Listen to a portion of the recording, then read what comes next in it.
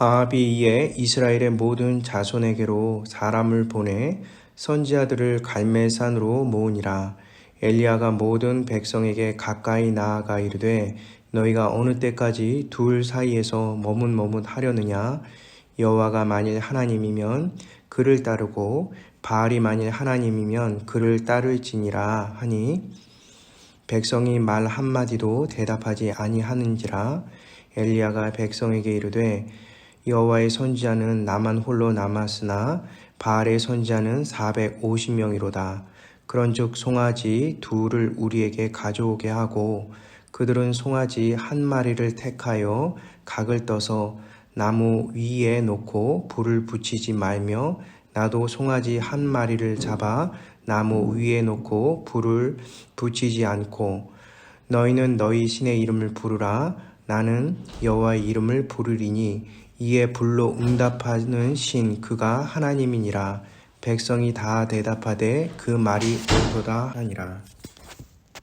하나님 감사드립니다. 이 시간에 말씀을 감히 대언합니다. 신년 주신 말씀 우리가 잘 듣고 올 한 해 살아가는데 힘이 되고 은혜가 되게 하여 주옵소서. 믿음의 사람으로서 살아가는 그러한 결단의 시간들 되게 허락하여 주옵소서. 예수님의 이름으로 기도드립니다. 아멘.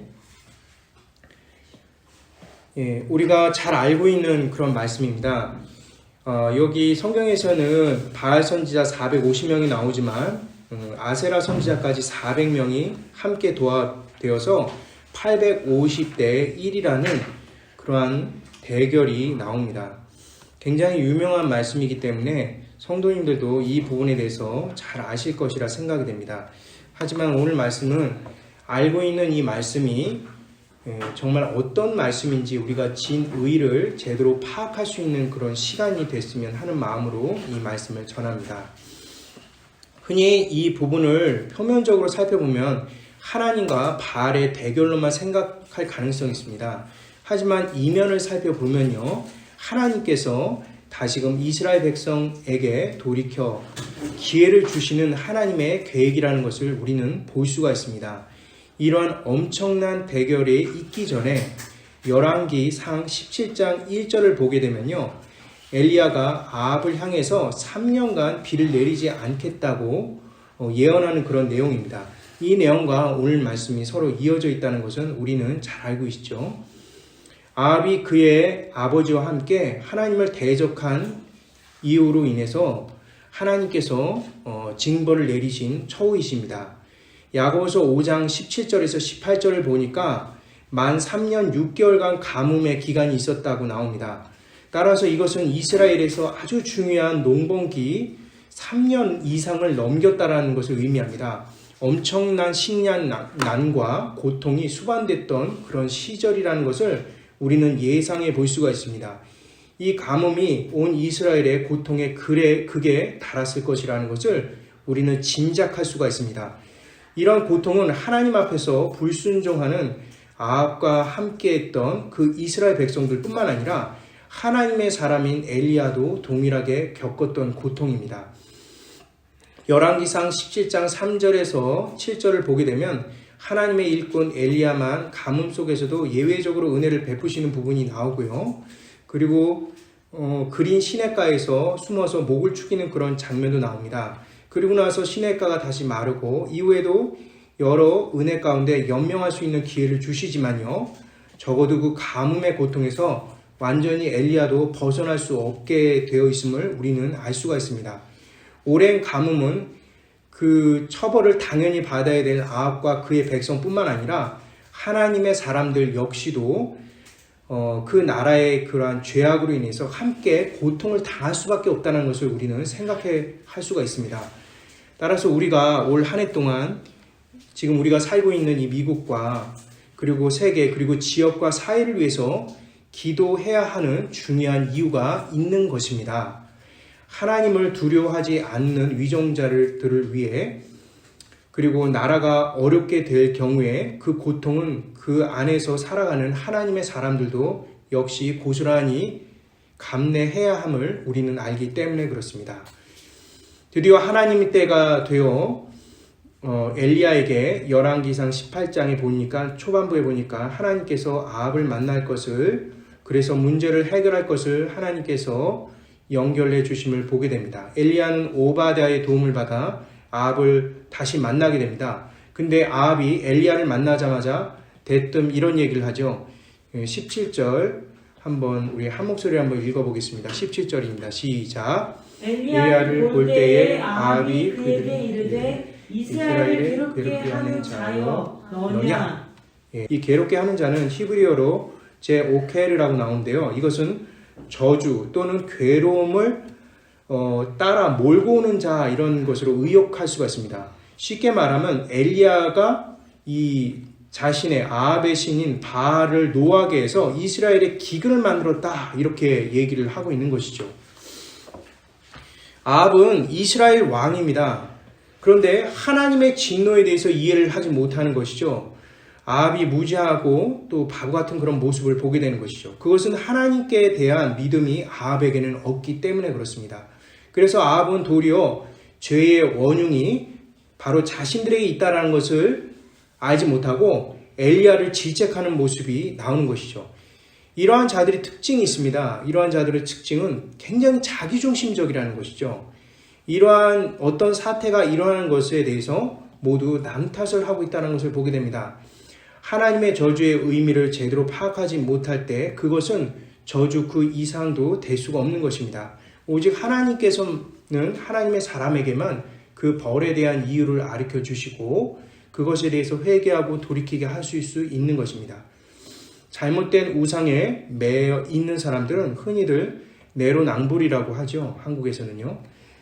이러한 자기중심적인 생활에서 절대 벗어날 수 없기 때문에 하나님의 책망에 대해서 모두 남 탓으로 돌리는 그런 모습을 보게 되는 것이죠. 이러한 모습은 우리 안에서도 굉장히 흔합니다. 저와 여러분의 생활 속에서도 쉽게 볼 수 있는 부분입니다. 무엇이 안 될 때, 무엇이 문제가 될 때 하나님 앞에서 자신을 돌아보기보다는 남편 탓, 아내 탓, 또는 자녀 탓, 또 부모 탓, 형제 탓, 자매 탓하기에 바쁜 경우가 있습니다. 국가적으로도 볼 수가 있고요. 또 우리가 잘 알고 있는 북한도 역시 마찬가지 아닙니까? 이렇게 북한 전체 주민들이 식량난으로 이렇게 북한을 어렵게 지내고 있다는 것을 방송 매체나 여러 정보들을 통해서 듣고 있습니다. 같은 민족으로서 참 마음이 아프죠. 근데 김정은과 그 일부 북한 공산 집단들이 자신의 안위를 위해서 그 핵과 그러한 것들을 포기하지 않음으로 인해서 북한 주민들을 끝까지 어렵게 만드는 것을 보게 됩니다. 실제로 평양에 거주하는 공산 당원들이 다이어트 식품을 그리고 비만 보조 식품을 굉장히 많이 소비한다는 것을 우리는 여러 기록들을 통해서 볼 수가 있습니다. 북한의 대부분 국민들이 굶고 아사 상태로 죽어가는데 이들 북한 공산당 집단들은 살 빼기에 바쁜 것을 보게 됩니다. 전 세계 소득 격차를 따지고 봤을 때 인구수 비율로 해서 세계의 가장 높은 수치를 갖고 있는 것이 북한입니다. 북한의 실태를 고스란히 드러내기도 하는 이러한 모습들이 정말 너무나 안타까운 것이죠. 그럼에도 불구하고 북한의 그러한 집단들은 여러 나라 탓 또는 한국 탓으로 자꾸 돌리고 있는 모습들을 우리는 볼 수가 있습니다. 이러한 것이 얼마나 악한지 우리는 잘 알고 있습니다. 이러한 것에서 우리가 벗어날 수 있는 방법은 오직 예수 그리스도를 믿는 신앙밖에 없다는 것을 우리는 잘 알고 있습니다. 하나님께서는 이스라엘에게 3년에 넘는 기근을 허락하신 까닭은 바로 아합 때문이라는 것을 우리는 잘 알고 있습니다. 그리고 이스라엘 백성들 때문입니다. 그런데 도리어 아합은 엘리야 때문이라고 생각하는 것이죠. 그때 엘리야가 이렇게 말합니다. 우리 18절 우리 한 목소리로 한번 읽어볼까요? 시작. 그가 대답하되 내가 이스라엘을 괴롭게 한 것이 아니라 당신과 당신의 아버지의 집이 괴롭게 하였으니 이는 여호와의 명령을 버렸고 당신이 바알들을 엘리야는 따랐습니다. 그 책임을 직접적으로 아합이라고 지적하고 있습니다. 그리고 그의 아버지 오므리에게도 책임이 있다고 말을 합니다. 아합의 아버지 오므리 왕은 금송아지 우상을 하나님 대신해서 숭배했던 자이고요. 그의 아들 아합 역시 바알을 본격적으로 숭배했던 그런 사람입니다. 이들의 죄악에 대해서 하나님 편에서 엘리야가 지금 직언을 하고 있는 것이죠. 그리고 드디어 엘리야가 중요한 제안을 아합에게 합니다. 갈멜산에서 바알 선지자 450명과 아세라 선지자 400명을 보내라는 그런 내용입니다. 엘리야는 이들과 큰 대결을 펼칠 것을 얘기하고 있는 것이죠. 당시 중군동 지방에서는 여러 전쟁이 있었습니다. 그 전쟁의 항상 끝에는 결국 신들과의 전쟁이라고 사람들은 여기고 있었죠. 그래서 고대 사회에서는 어떤 나라가 강력해져서 다른 나라를 치게 될 경우에는 그 강력한 나라의 신이 그 주변에 있는 약한 나라의 신들보다 더 위에, 서열이 위에 있다고 생각을 했습니다. 그래서 고대 사회에 있어서는 제국이 형성되게 되면요, 그 주변에 약한 국가에 있는 신들이 신들을 믿지 못하게 하거나 또는 아예 그냥 그 새 제국에 있는 신을 그 주변에 있는 국가들이 예전에 이제 형성됐던 약한 국가들의 그 신들을 버리고 제국의 신들을 믿는 것을 우리는 흔히들 볼 수가 있는 것이죠. 이렇게 강한 그러한 신에 대한 욕망들이 당시 고대 근동에는 참 많았습니다. 그런데 참 아이러니하죠. 이거는 지금 나라 간의 전쟁이 아닙니다. 나라 간의 전쟁이 아니라 이스라엘 안에서 원래 이스라엘에 건국하고 이스라엘을 만드신 그 하나님을 믿어야 할 그 이스라엘 백성들이 도리어 그 안에서 그 지역에 있는 신에 대한 믿음을 가지고 이스라엘 사람들끼리 서로 싸우는 그런 장면이 나오는 것이죠. 쉽게 얘기해서 교회 안에서 예수님을 믿을 것인지 아니면 사탄을 믿을 것인지 그 의결을 성도 안에서 묻고 있는 모습과 동일하다는 것을 우리는 파악할 수가 있는 것입니다. 아합은 엘리야의 제안을 곧바로 수락합니다. 왜냐하면 이 수락 안에는 굉장히 계산적인 의도가 깔려있기 때문에 그렇습니다. 일단은 장소가 갈멜산이죠. 이 갈멜산은 바알의 성지와도 같은 곳입니다. 이 페니키아와 이스라엘의 경계선에 있는 그런 지역인데요. 그 당시에 세계관 속에서 있던 사람들은 대부분 지역신을 많이 의지를 했습니다. 그래서 어떤 지역에 점관 신이 있다고 하면은 다른 지역에 온 신이 그 지역신을 이기기가 쉽지 않다라는 것이 그들의 생각이었습니다. 더군다나 신의 성지라고 하는 그곳에서는 반드시 그 신이 승리한다는 것이 당시 고대 사회에 갖고 있는 굉장히 중요한 생각들이죠. 신에 대한 생각입니다. 그런데 갈멜산이라는 곳은 바로 바알의 성지이기 때문에 바알의 가장 강력한 영향이 미치는 곳이라고 생각했던 것이죠. 따라서 이 대결에서 아합은 이것은 굉장히 중요한 곳이구나. 어차피 이 중요한 곳에 이 바알의 성지라는 곳에 대결을 했기 때문에 반드시 우리가 승리할 수 있다라고 생각을 했었을 것입니다. 그리고 이것으로 인해서 이스라엘 백성들 앞에서 엘리야를 철저히 유린하고 그를 죽일 수 있는 그러한 의도도 깔려 있던 것입니다. 그래서 아합은 사람들을 모으기 시작하는 것이죠. 이스라엘 백성들을 모아서 그러한 상황들을 지켜보도록 했던 것입니다. 그리고 또 하나 아합이 생각했던 것은 아합은 당시 숫자로 우위를 점할 수 있다라고 생각을 한 거죠. 야, 바알과 아세라 선지자가 850명이 모이는데 너까지 엘리야 한 명쯤이야 못 이기겠냐 이렇게 생각을 했던 거죠. 자, 사람의 수에 의해서 움직이는 그냥 일반적인 생각, 합리적인 생각, 이성적인 생각이 아닌 그 하나님의 생각으로 돌이킬 수 없었던 그 아합이 갖고 있는 어쩔 수 없는 그 한계점을 우리는 볼 수가 있는 것입니다. 아합은 이런 것으로 인해서 이스라엘의 군중 심리를 충분히 이용해서 이 바알의 힘을 각인시키고 싶었던 그런 마음도 있었습니다. 그래서 20절에 보면 이스라엘 백성들을 함께 모으는 그런 장면이 나오죠. 여기서 중요한 의도가 깔려 있습니다. 아합은 3년이라는 기간 동안 이 가뭄에 대해서 이스라엘 백성들에게 설명해 주기가 참 어려웠습니다. 왜냐하면 아합은 이 바알을 믿었지 않습니까? 이 바알을 믿게 되면 이 바알이라는 신이 풍요의 신입니다. 그리고 비와 구름과 날씨를 권장하는 신이기도 하죠. 따라서 이렇게 3년이란 가뭄이 있었다라는 그 자체가 이 바알의 힘에 대해서 이스라엘 백성들의 그런 대종들이 의구심을 품을 수 있었던 그러한 충분한 기간이라고 생각했습니다. 따라서 이러한 기간들을 완전히 뒤엎을 수 있는 그런 절호의 찬스라고 생각을 했던 거죠.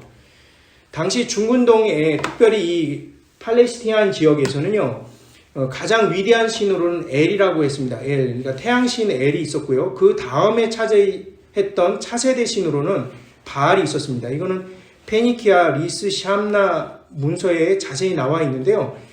이 문서에 따르면 이 엘 신을 대신해서 이 바알이라는 새로운 차세대 신이 나오기 시작했다라고 나오고요. 그리고 아세라라고 하는데요. 이 아세라는요, 신의 아내죠. 신의 아내, 여신이라고 할 수 있는데, 이 아세라를 차지하는 신이 가장 대표가 되는 신이었습니다. 원래 엘의 아내가 아세라였는데, 차세대 신인 이 바알에게 아세라가 넘어감으로 인해서 앞으로는 바알이 최고의 팔레스티안 지역의 신이 될 것이라는 것에 대해서 이 샴나 문서에 자세히 나와 있습니다. 이러한 내용들을 통해서 우리가 살펴볼 수 있는 것은 당시 바알이 중근동에 갖고 있는 그 힘의 영향력이 엄청나다는 것을 알 수가 있습니다. 동시에 바알의 선지자, 오늘 말씀의 바알의 선지자뿐만 아니라 아세라 선지자가 400명이 함께 이곳에 온 이유도 우리는 살펴볼 수가 있는 것이죠. 따라서 이 대결에서는 중근동의 전체 신을 대표하는 그 신과 이 하나님과의 대결이라고 우리는 볼 수가 있는 것입니다. 엘리야는 23절에서 25절 이렇게 얘기를 합니다. 우리 함께 23절에서 25절 말씀 읽도록 하겠습니다. 시작. 그런즉 송아지 둘을 우리에게 가져오게 하고 그들은 송아지 한 마리를 택하여 각을 떠서 나무 위에 놓고 불을 붙이지 말며 나도 송아지 한 마리를 잡아 나무 위에 놓고 불을 붙이지 않고 너희는 너희 신의 이름을 부르라. 나는 여호와의 이름을 부르리니 이에 불로 응답하는 신 그가 하나님이니라. 엘리야가 바알의 선지자들에게 이르되 너희는 많으니 먼저 송아지 한 마리를 택하여 잡고 너희 신의 이름을 부르라. 그러나 불을 붙이지 말라. 이 세 구절 있지 않습니까? 이 세 구절은 사실 아합에게 있어서 그리고 바알 선지자들에게서 이미 승리를 확신할 수 있는 그러한 구절이었습니다. 왜냐하면 이 세 구절 안에는 세 가지 이 바알과 아세라, 특히 이 아합에 있는 그러한 우상들이 좋아하는 그 모든 요소들이 다 들어있습니다. 다시 말해서 이 싸움 자체가 하나님의 선지자 엘리야에게 절대 유리하지 않는 상태에서 싸움을 벌린다는 것은 우리가 예상해 볼 수 있는 것이죠. 과연 어떤 내용이 그 안에 있기 때문에 그런지 한번 살펴보겠습니다. 총 세 가지를 살펴볼 것인데요. 첫째로는 제사 방법에 대해서 우리가 살펴볼 필요가 있습니다. 여기 보면 불이 하늘에서 내려와 제단을 태우는 방식이 있는데요. 이것은 당시 바알에게 있어서는 시군 중 먹기라고 생각했습니다. 왜냐하면 바알의 주력 무기가 바로 번개였습니다. 번개가 치면 불이 난다는 것이 여러 문서들의 자료에 나와 있습니다. 날씨를 관장하고 바알은 번개를 동반하며 불을 내는 특기가 있다는 것에 대해서 살펴볼 수가 있는 것이죠. 당시 고대에서는 이러한 그것을 잘 알았기 때문에 여러 가지 선지자들 안에서 거짓된 그런 방법을 통해서 트릭을 썼습니다. 그래서 이렇게 사람들이 보기에 와, 환상적이다라고 하는 그러한 불을 낼 수 있는 거짓된 방법들을 여러 가지 두었다는 것을 우리는 살펴볼 수가 있는 것이죠. 이들은 충분히 불을 낼 수 있는 여러 트릭들을 동원할 수 있다라고 확신을 했던 겁니다. 두 번째로 우리가 살펴볼 수 있는 것은 바알 선지자가 먼저 제단을 사용할 수 있다라는 이점이 있는 것이죠. 사실 공평하게 된다면 이 둘이 함께 제사를 지내야만 하는데 그렇게 하지 않았습니다. 먼저 엘리야가 바알과 아세라를 믿는 그 선지자들에게 제사를 드릴 기회를 먼저 주온 것입니다. 이럴 경우에 참 유리했던 것은 제사의 시간이 얼마든지 오랫동안 먼저 했던 사람들이 끌면 끌수록 그 모든 것들을 다 오랫동안 끌어낼 수가 있습니다. 다른 편에는 제사를 드릴 수 없기 때문에 지치게 될 수도 있는 것이죠. 더 중요한 것은 그것이 밤까지 이어지게 되면 불을 붙이는 것이 더 어렵다라는 것을 우리는 살펴볼 수가 있습니다. 당시에 이 중근동 특히 팔레스티안 지역은 굉장히 사막과 같은 그런 지역이었습니다. 그래서 낮에는 굉장히 덥고 밤에는 수분이 많고 습기가 많은 그러한 이슬이 맺히는 그런 지역이기 때문에 불이 더 붙일 수 없는 그런 상황이 되는 것이죠. 마지막 세 번째는요, 제물을 선택할 수 있는 권한을 엘리야가 먼저 양보했다는 것입니다. 당시 그 제사 때 제물은 굉장히 중요합니다. 중근동에 있는 특별히 이 팔레스티안 지역에는 다신교였는데요. 가장 좋은 제물을 먼저 신에게, 자기 최고의 신에게 먼저 드리고 그 다음에 차등을 두어서 제물의 상태에 따라서 차등을 두게 되어 있습니다. 만약에 이것을 잘못했을 경우에 이 신이 삐져서 그 제물을 연락하지 않는다라는 것이 그들이 가지고 있는 당시의 그 생각들이었죠. 근데 이미 바알에게 좋은 제물을 바쳤으니 하나님이 워낙 힘이 좋다 하더라도 삐져서 그들에게 불로 연락하지 않을 것이라는 것이 당시 아합의 생각이고 바알과 아세라를 믿었던 선지자들의 생각이었던 것입니다. 이런 상황은 절대 양보할 수 없는 영역을 양보했기 때문에 굉장히 유리한 고지를 차지하고 이 싸움이 이루어진다는 것이죠. 이거는 이 대결 자체가 불리하다는 것을 보여주고 있는 것입니다. 앞에서도 얘기 드렸지만 이 지역 자체가 갈멜 아닙니까? 예, 바로 바알의 성지입니다. 더군다나 850대 1이라는 그 어마어마한 사람들과의 싸움이고 더군다나 제사하는 방식부터 시작해서 모든 부분에 있어서 불리한 상황이죠. 그때 백성들을 응시하고 나오는 그런 내용을 21절에 나오는데요. 한번 21절 우리 한 목소리로 한번 읽어보도록 하겠습니다. 21절입니다. 예, 시작. 엘리야가 모든 백성에게 가까이 나아가 이르되 너희가 어느 때까지 돌 사이에 머무르느냐. 여호와가 만일 하나님이면 그를 따르고 바알이 만일 하나님이면 그를 따르지라 하니 백성이 한마디도 대답하지 아니하는지라. 엘리야가 흑암 속에 있는 이스라엘 백성들에게 회개하도록 다시 한번 이제 경고하는 내용이 나옵니다. 이 머뭇머뭇거리는 그러한 백성들에게 책망하는 엘리야의 심정도 그렇게 좋지만은 않았을 것입니다. 그런데 참 독특한 것은 이스라엘 백성들이 아무 대답도 하지 않다는 것입니다. 더군다나 더 중요한 것은 이들이 이러한 대결 속에 옳다, 24절에 보니까 그의 말이 옳다라는 그런 말을 합니다. 이 얘기는 뭐냐면 그가 이러한 조건에서 하겠습니다 라고 했을 때 그의 말대로 합시다 이렇게 얘기를 하는 겁니다. 굉장히 불리한 상황 아닙니까? 불리한 상황인데 이스라엘의 하나님을 믿는 엘리야가 굉장히 불리한 상황이라고 한다면 이스라엘 백성들이라면 어느 누구도 나서서 아니 이게 가당치 않은 그런 조건 아닙니까? 이런 불리한 상황의 대결이라뇨 이렇게 얘기를 할 수가 있는데 어느 누구도 이 부분에 대해서 옳다고만 얘기하고 아무 대답도 하지 않는 마치 방관자적인 그런 모습을 우리는 볼 수가 있는 것입니다. 한국의 드라마 그 쪽에서 이제 넷플릭스에서 방영하는 것 중에 전 세계 아주 인기 있는 그러한 드라마가 하나가 있습니다. 전문가 평가단뿐만 아니라 시청자들에게도 모두 좋은 평가를 받고 있는 이제 DP라는 드라마가 있는데요. 탈암병에 대한 그런 내용의 드라마입니다. 한 병사가 가혹행위로 자살한 후에 병사의 누나가 나타나서 그 주인공에게 묻는 장면이 나옵니다. 왜 동생이 맞을 때 돕지 않았는지 방관했는지 그걸 묻습니다. 근데 주인공은 아무 대답도 못하는 그런 장면이 나옵니다. 정말 악한 거는요. 자신의 입장이 불분명하게 하는 행동일 수도 있습니다. 독일의 나치 그 살인 집단에 의해서 국가가 장악될 때 교회가 침묵으로 방관하는 모습을 우리는 살펴볼 수 있습니다. 우리의 신앙은 어떤 상황에든 옳고 그른 것에 대해서 직관적으로 알 수 있는 그러한 부분이 있습니다. 그런데 침묵하고 방관한다는 것은 사실 불신자들보다 더 악하다는 것을 우리는 생각을 안 할 수가 없습니다. 이스라엘 백성들은 삶과 죽음 또 믿음의 신앙과 불신의 문제 앞에서도 흥미로운 오락거리 정도로 생각하고 이 당시의 자리에 참관했다는 것은 우리가 생각해 볼 수가 있습니다. 마치 TV 보듯 영화 보듯 이거 게임 재밌겠는데 이렇게 얘기를 하면서 그 상황을 지켜보는 것입니다. 마치 엘리야는 지금 권투 장갑을 끼고 야구를 하는 그러한 잘못된 정말 불리한 상황에 처해 있음에도 불구하고 어느 누구도 나서서 그 얘기를 잘못됐다 얘기하는 사람이 아무도 없는 것입니다. 최근에 미국 LA에서 유치원과 초등학생 어린이들을 대상해서 그 성교육을 하는 그런 장면들을 유튜브를 통해서 그리고 여러 언론기관을 통해서 본 적이 있습니다.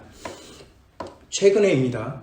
여기 보게 되면 동성애와 그리고 성교를 조장하는 그런 내용이 거의 대부분의 판을 치는 그런 내용이고요. 이미 매스컴에도 연일 보도가 되고 있습니다. 근데 직접적인 학부모가 아닌 그러한 사람들은 대부분 방관하는 모습을 보게 되고요. 또 하나 교회도 역시 한 교회도 성명을 내지 않는 모습들을 보게 됩니다. 내 자식이 직접 피해가 와야 움직이는 우리 신앙인들의 그런 안일한 모습들이 불신자보다 더 악한 것이 아닌가 하는 생각을 갖기도 합니다. 이스라엘 백성들은 이러한 비겁한 모습 속에서 하나님께서는 엘리야를 통해서 일을 계속적으로 진행하십니다. 눈에 보이는 오직 엘리야 혼자만이 이 900명에 가까운 이 우상 숭배자들과 싸우는 그런 장면이 나오는 것입니다. 그리고 나서 자신의 신인 바알을 부르는 이 선지자들, 바알과 아세라 선지자들의 기도의 모습을 보게 되는 것이죠.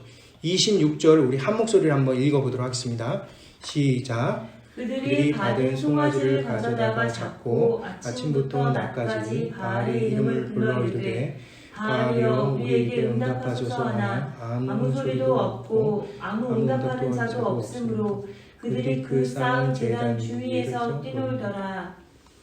이 바알과 아세라 선지자들이 얼마나 노력했는지 모릅니다. 그런데 그 노력에 노력을 더했음에도 불구하고 아무 반응이 없는 그러한 모습을 보게 됩니다. 바알은 마치 아무것도 없는 것처럼 반응을 보이지 않습니다. 그러자 엘리야가 27절에 보면 굉장히 비아냥거리는 그런 내용이 나오죠. 너희 신이 어디 자고 있는 거 아니냐? 혹시 출장 간 거 아니야? 이렇게 얘기를 합니다. 아까 전에도 말씀드렸듯이 이 갈멜이라는 것은 성지입니다. 바알의 성지. 자더라도 성지에서 자고요. 출장을 가더라도 성지에서는 반드시 그의 몸이 있다라는 것을 당시 고대 사회에서는 알고 있는데도 불구하고 이렇게 비아냥거리는 것은 바알은 절대 신이 아니다. 거짓이다. 그것은 처음부터 너희들이 만든 가짜 우상이다. 이 얘기를 지금 하고 있는 것이죠. 그들은 최후의 방법을 택합니다. 그것은 자신의 몸에 피를 철철 흘려서 바알에게 부르짖는 것입니다. 그런데도 바알은 조용합니다. 하루 종일 이러한 바알을 부르는 이 바알의 선지자와 아세라의 선지자들이 모두 지쳐 나가 떨어지게 됩니다. 해 질 그런 무렵이 되자 바알과 아세라 선지자들은 나가 떨어지게 되죠. 드디어 엘리야 차례가 온 것입니다. 엘리야가 30절에 백성들에게 가까이 와서 명령을 합니다. 결국은 이 제사는 나 혼자 하는 것이 아니기 때문에 너희들도 하나님의 백성이라는 것을 잊지 말라 이 메시지를 지금 하고 있는 것입니다.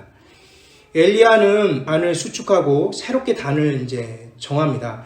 이 바알에게 바쳤던 그 단이 아닌 오래된 쇠폐된 그러니까 완전히 그 나이가 빠진 그런 12개의 단을 수축합니다. 그리고 그 12개의 단은 이스라엘 전체를 상징하겠죠. 그리고 나서 제물을 올려놓고 그 제물에 각을 뜹니다. 그리고 난데없이 도랑을 팝니다. 그러니까 커다란 이제 마치 제물 밑에 뭔가를 이렇게 흘릴 것 같은 그런 생각으로 깊이 도랑을 파고요.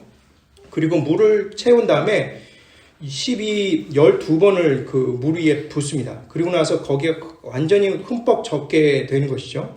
그 광경을 바라본 이 바알과 아세라 선지자들은 진짜 미쳤구나. 드디어 엘리야가 미쳤구나. 이렇게 아마 생각했을 것입니다. 아예 포기하고 싶었구나. 이런 생각을 할 수도 있습니다. 일반 사람들이 생각할 때 미친 짓을 하는 그 엘리야를 바라보는 거죠.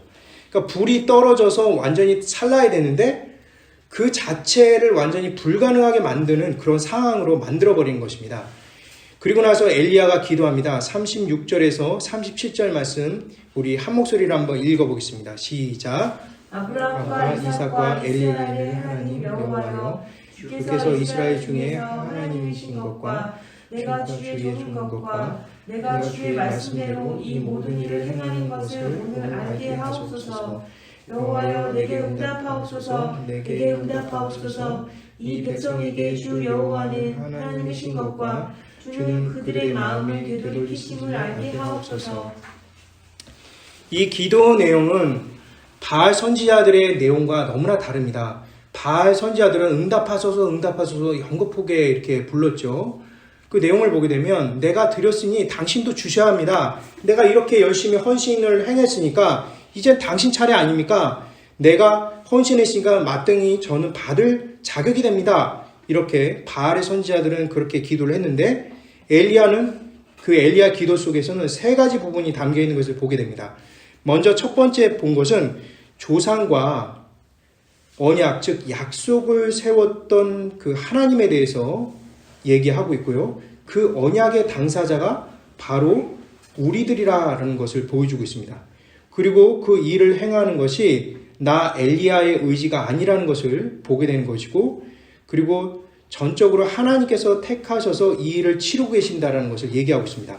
마지막 세 번째로는 이제 응답하셔서 이 백성이 회개케 하시고 하나님께 다시 돌이킬 수 있고 하나님을 다시 알게 해달라고 부탁하는 이 세 가지 기도 제목을 올립니다. 기도를 하고 나서 마치자마자 하늘에서 불이 내려서 그 젖었던 재물, 흠뻑 젖었던 그 재물이 모두 불살라서 완전히 태워버리는 그러한 일이 일어나는 것입니다. 결과가 어떻습니까? 완벽한 승리입니다. 그제서야 이스라엘 백성들이 다시금 하나님을 인정하고 하나님께 돌이켜서 자신의 과오를 자복하고 엘리야 말에 순복해서 바알과 아세라 선지자들을 처형하는 그런 모습이 나옵니다. 저는 이 말씀에서 특별히 제 눈에서 계속 떠나지 않는 단어가 있습니다. 아마 이 오늘 말씀의 핵심이자 아마 결말에 대해 해당되는 그런 내용인데요. 21절에 보면은 바로 머뭇머뭇하는 백성들입니다. 여기서 이 머뭇머뭇하다라는 히브리어의 파사흐는요, 당시 이게 파사흐라는 이 자체가 우가리틱에서 나오는 그 어근의 어원에 해당되는 그런 단어입니다. 이것은 한쪽 다리를 들고 또 다른 한쪽 다리를 들어서 연거푸 왔다 갔다 하는 그러한 모습을 보게 되는 것이죠. 그래서 멀리서 보면 하나의 어떤 춤추는 듯이 뛰노는 그런 모습과 비슷합니다.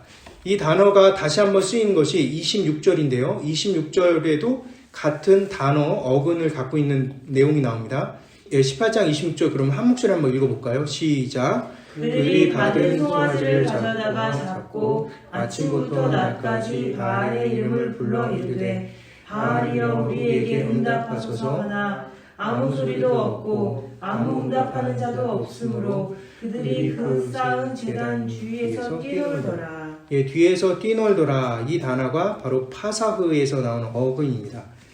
따라서 우리가 살펴볼 수 있는 것은 이 두 개의 단어가 똑같다라는 것을 일부러 이 성경은 우리에게 주목하게 하고 있는 것이죠. 다시 말해서 바알이 응답하지 않자 제단 위에 뛰놀면서 춤추고 놀고 있는 이 바알의 선지자들의 모습과 이스라엘 백성들이 하나님과 바알 사이에서 어정쩡하게 머뭇머뭇거리면서 두 개 중에 어떤 것을 선택할지 모르면서 있는 그 모습이 같은 그러한 내용이라는 것을 보여주고 있는 것입니다. 쉽게 얘기해서 이스라엘 백성들이 둘 사이에 머뭇머뭇거리는 그 태도가 바알 선지자들이 자신의 신에게 바알을 위해서 춤추는 제자의 모습과 오버랩을 시킴을 통해서 이 두 가지가 동일하다라는 내용을 지금 말씀은 우리에게 가르쳐주고 있는 것입니다. 이러한 증거는 26절과 21절에도 동일하게 나와 있습니다. 26절에 보면 바알의 선지자들이 그렇게 노력에도 불구하고 아무 대답 없는 바알의 모습이 나옵니다. 그리고 21절에 보니까 엘리야가 백성들에게 머뭇머뭇거리지 말고 결단을 촉구했을 때 아무 대답이 없는 이스라엘의 모습이 또 나오죠. 이렇게 어떤 상황에서도 대답하지 않는 거짓된 우상, 그러니까 신이 아니죠. 아무것도 아닌 인간이 만든 그런 쪼가리가 이 하나님의 사자인 엘리야의 촉구에도 불구하고 아무 대답 없는 이스라엘 백성들이 모습과 같은 모습이라는 것을 주장하고 있는 것입니다. 주목하고 있는 것이죠. 이 내용을 통해서 우리가 볼 수 있는 것은 바로 바알의 그 거짓된 그 신을 믿고 있는, 그리고 거짓된 그 아무 반응도 없는 이 거짓된 신이 바로 백성들의 머뭇머뭇거리는 태도, 아무 대답 없는 그 태도와 동일하기 때문에 그들 역시 하나님을 믿지 않는 것과 동일하다라는 것을 지금 이 말씀은 우리에게 분명히 말씀해 주고 있는 것입니다. 하나님을 믿는 것은 머뭇거리는 그런 모습이 아니라는 것을 보여주고 있는 것이죠. 설사 어떤 환경적으로 죽을 수 있는 상황이 벌어진다 할지라도 하나님께 대한 믿음으로 오직 하나님 편에만 설 수 있는 그 자가 바로 진짜 하나님을 믿는 자라는 것을 성경은 얘기해 주고 있습니다. 성경에 나오는 그 신앙이란 중간이 없습니다. 진리는 오직 하나밖에 없습니다. 가짜는 많죠. 진짜 진리, 진짜는 딱 하나밖에 없는 것입니다. 신앙과 불신앙 사이의 어정쩡한 모습은 불신앙의 모습이라는 것을 성경은 우리에게 말해주고 있는 것입니다. 중간지대가 우리에게 안전하게 느껴질 수 있습니다. 어느 편에서도 미움을 받지 않는 모습이죠. 결국 그러한 모습은 신앙의 모습이 아니라는 것을 우리에게 분명히 가르쳐주고 있는 것입니다. 끊임없이 실패하고 모두에게 미움을 사는 그러한 환경 속에서도 우리가 좌절되는 상황 속에서도 우리는 결단을 해야만 한다는 것을 말씀 분명히 우리에게 보여주고 있는 것입니다. 마지막으로 다니엘서 3장 16절에서 18절 말씀 읽고 말씀을 마무리 짓도록 하겠습니다. 우리 함께 다니엘서 3장 16절 18절 읽겠습니다. 시작. 사드락과 메삭과 아벳느고가 왕에게 대답하여 이르되 느부갓네살이여 우리가 이 일에 대하여 왕에게 대답할 필요가 없나이다. 왕이여 우리가 섬기는 하나님이 계시다면 우리를 맹렬히 타는 풀무불 가운데에서 능히 건져내시겠고 왕의 손에서 건져내시리이다. 그렇게 하지 아니하실지라도 왕이여 우리가 왕의 신들을 섬기지도 아니하고 왕이 세우신 금신상에게 절하지도 아니할 줄을 아옵소서. 우리가 사드락과 메삭과 아벳느고는 그 다니엘의 세 친구로서 굉장히 유명하게 알고 있는 그런 내용입니다. 느부갓네살이 자신의 신상을 세우고 두 개 중에 하나를 결단할 것을 말씀을 하실 때 사드락과 메삭과 아벳느고는 하나님에 대한 분명한 결단을 하는 모습이 나옵니다. 그들이 최후에 맞이할 수 있는 상황임에도 불구하고 그들은 중간에 서지 않습니다. 명확하게 둘 중에 하나밖에 없는 것이죠. 우리의 신앙도 마찬가지입니다. 하나님의 믿는 신앙은 분명히 결단을 촉구합니다. 진정한 신앙인이라면, 진정한 그리스도인이라면 불합리한 상황에서도 끊임없이 그 믿음의 결단이 필요한 것입니다. 둘 사이에 있는 것은 하나님을 믿는 신앙이 아닌 불신앙이라는 것을 성경은 우리에게 분명히 말씀해 주고 있는 것입니다. 제가 기도하고 마치겠습니다. 사랑과 은혜가 풍성하신 하나님 감사드립니다. 주님께서 살아계시고 이곳에 함께 하십니다. 하나님, 새해가 밝았습니다. 우리에게 주시는 많은 은혜가 있습니다. 그리고 우리에게 펼쳐주신 그러한 일들이 있습니다. 그러한 일들 가운데 우리가 주님이 주신 참된 복이 자유 아닙니까? 우리가 자유의 믿음을 가지고 결단을 하면서 살아가야만 합니다. 그럴 때 우리 스스로가 직관적으로 알 수 있는 주님의 뜻에 대해서 순종하며 주님의 편에 설 수 있는 올 한 해가 될 수 있도록 하나님 허락하여 주옵소서. 예수 그리스도 이름으로 기도드립니다. 아멘.